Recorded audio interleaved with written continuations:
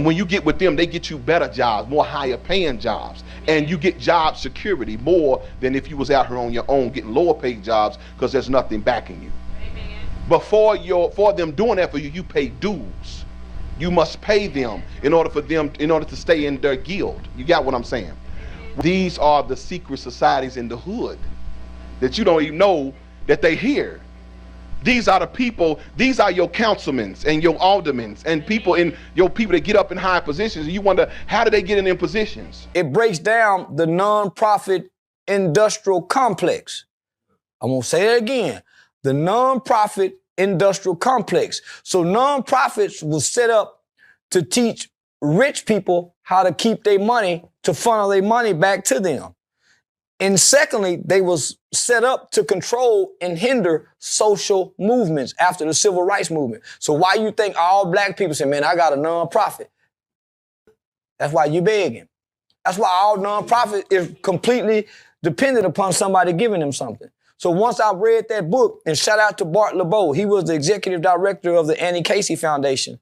I met him in Washington, D.C., and I went to one of his wife's camps. So when I stayed 2 nights at their house.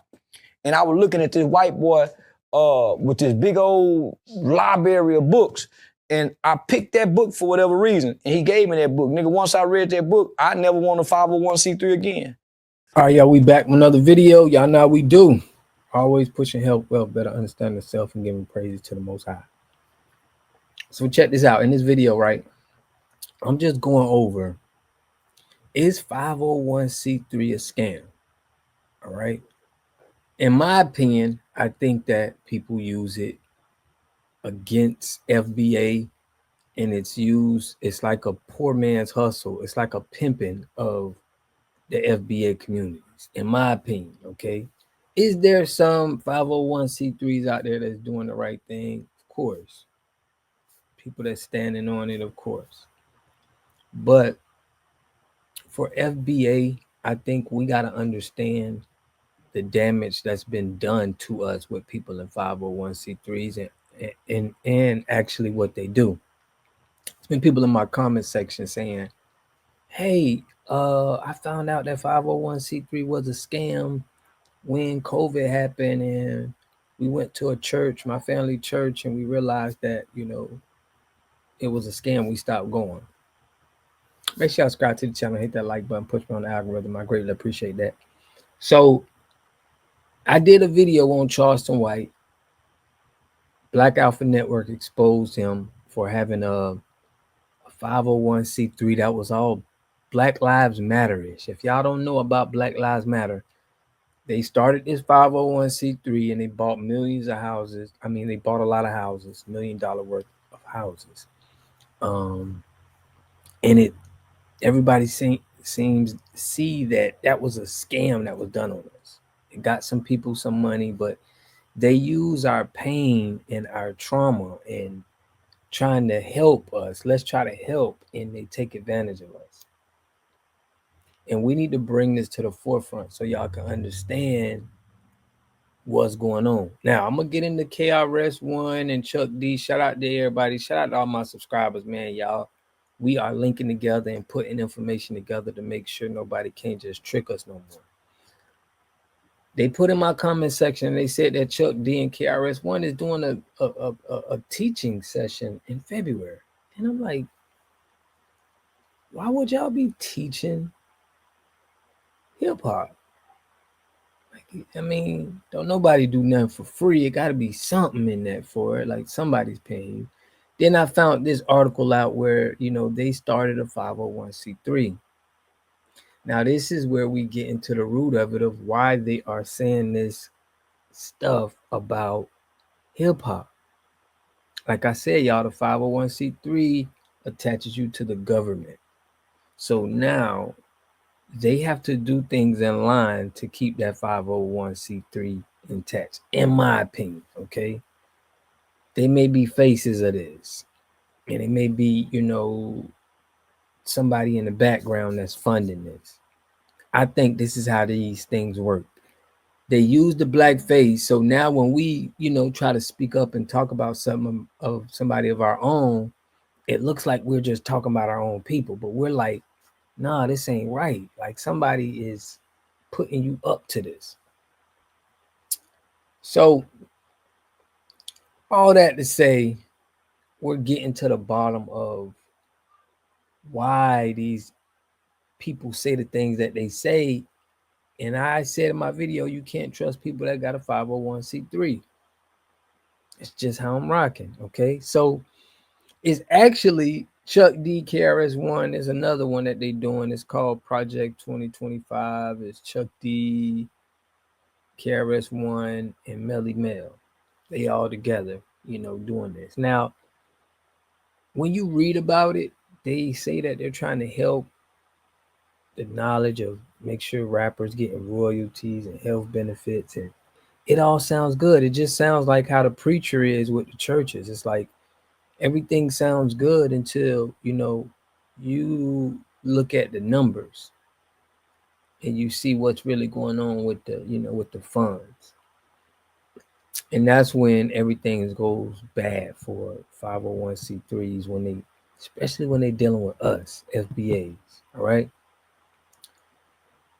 I'm gonna get into this argument, but I want to give y'all a story on how I figured that 501c3 was like, it was a scam. This is when I felt it was a scam.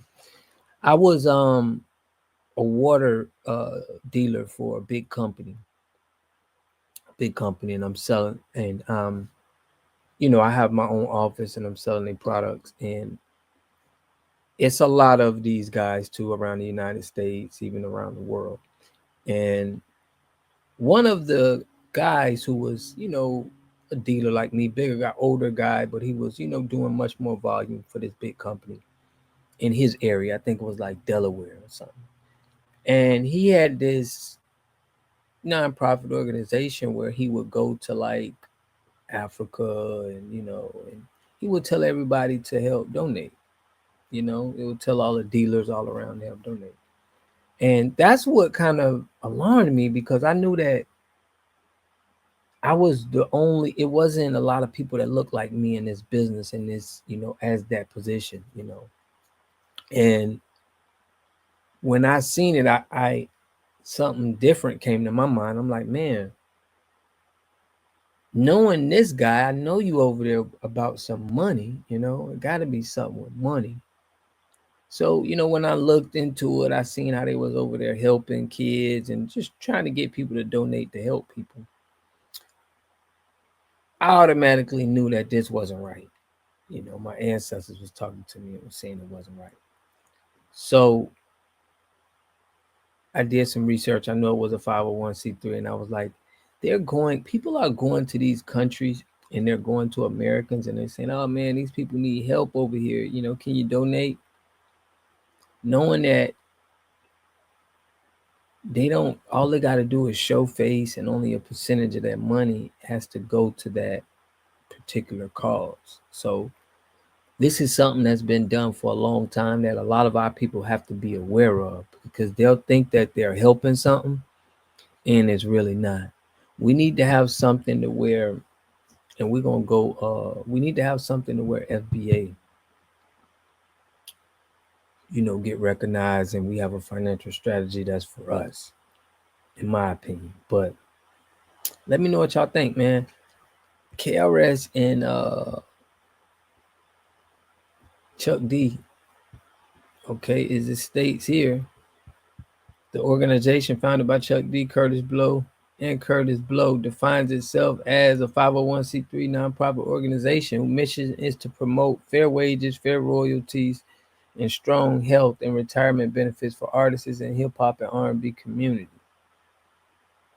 So they got guys like Chairman Willie Dougie Fresh, Slick Rick.